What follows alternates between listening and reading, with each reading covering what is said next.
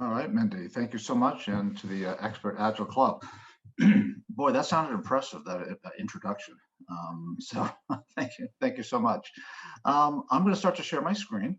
Can everybody tell me if they can see it? Okay, Mindy, can you see my screen? Yes, I can. Okay, fantastic.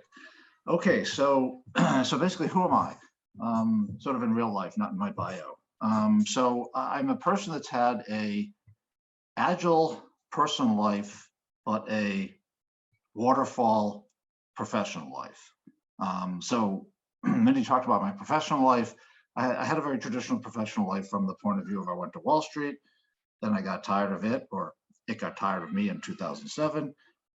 Basically pivoted to the solar industry and loved that. And then at the age of 50, decided I didn't want to take orders from a 35-year-old, for better or for worse. And I decided to go into career coaching 5+ years ago. So I love what I do, and I have been working with Agiles almost from day one. So we're going to talk here about how to apply Agile principles to getting the comp you want, to the extent you can, at least going about it the best way, and getting the right job. So let's dig in. So before we do that, actually, so Mindy, do we have the results of the poll? I'm just going to take a look at the poll to see who we have. Okay. All right. So can everybody see me? Okay, looks like everyone's in me. Great. Okay, so I want to learn a little bit about the crowd, but before we do, just a couple of opening comments. So basically, we're in the hottest job market we've ever been in at least my 56 years on this planet. So basically, I say here that anybody can get a job, but if you really want the right job, you got to think about it. You got to follow a plan. It's amazing to me that people will spend hours upon hours upon hours agonizing over buying a piece of real estate, especially if it's a primary home. But when it comes to job search, they peruse the job boards, they talk to some friends, they do up their resume and their LinkedIn profile, and they basically apply on the job boards and see what the job board gives them. And maybe they do some networking too. So I think that's an approach to get a job, but I don't think it's the one to get the job. So I'm going to argue, and we'll talk about it. I'm going to argue for much more of an active versus a passive job search technique. So let's keep digging in. Okay, so a little bit more about myself. So I'm independent of framework. I don't care about Scrum. I don't care about Kanban. I don't care about the other frameworks that exist. So I'm completely independent of framework, and probably don't have an exact appreciation of the difference amongst all of them, but some. Okay. I've mentioned I've been helping Agiles for 5+ years, dangerously knowledgeable. I know that Agile applies to delivery, or does apply to delivery, and certainly can and does apply to the C-suite, HR, finance, or any other department.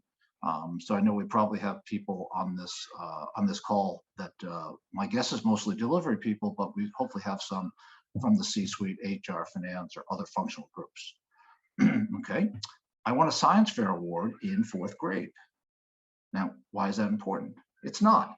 The reason why I put that on there is because it's not really important for this conversation that I won a science fair award in 4th grade, but I will guarantee you that some of the people on this call have information on their resume and their LinkedIn profile, which is not relevant for getting the next job. Now, I didn't say it's not relevant. I said it's not relevant for getting the next job. So the whole purpose of your paperwork, or your resume and your LinkedIn profile, cover letter, the whole purpose is to get a job, not necessarily to get a job, it's to get the right job. So depending upon the job you get, you may very well have information that's superfluous, like the fact that I won a science fair in 4th grade.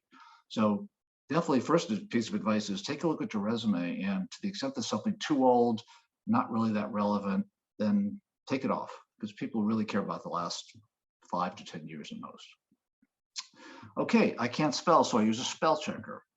Obviously, that's a pun. Spell checking is so important. It's amazing to me, and I continuously have clients that call me up and say, Mike, I just sent an email to the senior person reiterating my interest in the job, and they spelled something wrong. So the use of a spell checker was just so important out there. And of course, spell checkers don't catch everything. When I was a mid-level person in investment banking, I was basically on the train to go see a client. My junior people had prepared the book, and guess what? My junior person didn't check the fact that the word should have been public issuance of securities. Guess what? It didn't come out as public. It came out as pubic. Needless to say, we didn't get the assignment from the client, and that was extremely embarrassing for me. So, believe it or not, the spell checker is the single most important tool you could possibly use. Now, also, the last bullet point, I mentioned I've had an agile, so to speak, personal life. I've had 2 ex-wives. I've had 3 kids. I live in Boulder half the time. I live in San Diego half the time. And now I'm in love with the woman who lives in Kansas City. Oklahoma City. Oklahoma City. Oh God, I hope she's not listening. No, honey, you're the same one. I don't have 2. So the point is that my life has been a zigzag when it comes to the personal side of things. And I think I've learned much more than had I had the life of my brother and my parents, which is a standard, be married for 30 or 50 plus, 50 and then 30 years respectively. So the idea that you could be holding jobs fewer than 3 years, the idea that you would go from one company to another, and that's not seen as a negative with Agilists, but it is seen as a negative with other kind of professionals. That's incredibly important. Would I have done it that way to begin with? No, probably not. But the zigzagging that I've done in my personal life, I think it may not be a bad sort of a framework for how Agilists are interacting with the marketplace. So let's talk about you. So this is the most likely set of conclusions, but I've dealt with a lot of Agilists and other professionals, and most likely through the job search process, whether it be your resume, whether it be your LinkedIn profile, whether it be your interview strategy, I will almost guarantee, in fact, I would put money on the line that at least 50% of you don't stress soft skills enough. They're so incredibly important. Now, how you do that, that's kind of beyond the scope of this conversation, but stressing soft skills is so incredibly important, and most people don't do it adequately. They don't stress business results, especially if you're technically inclined.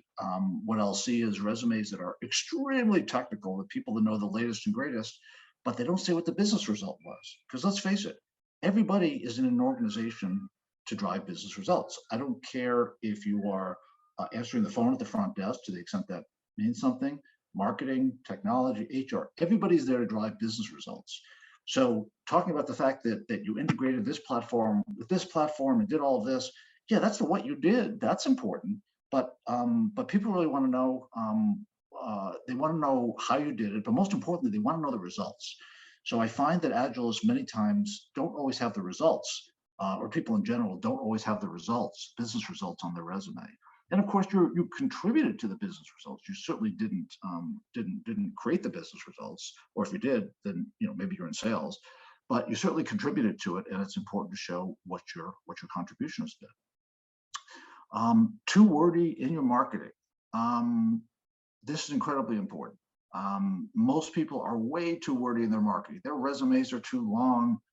Their LinkedIn profiles can go on and on. So my brother once told me, which has really stuck with me, which is when you're in an interview situation, anything you say can and will be used against you. So I'll mention something about that at the end of this page. I will guarantee you that many people here have a resume that's longer than 1 page. Now, that's okay, but should you have one as 1 page, 2 page, 3 page? That's all kind of dependent on the field you're in, the type of job you're looking for. But if your resume today is more than 3 pages, and unless you're going for a government job, it's got to be too many. I rarely do a 3-page, but I really do, certainly I won't do a 4-page for a client. Well, I did once, but I cautioned the client that this is really not market.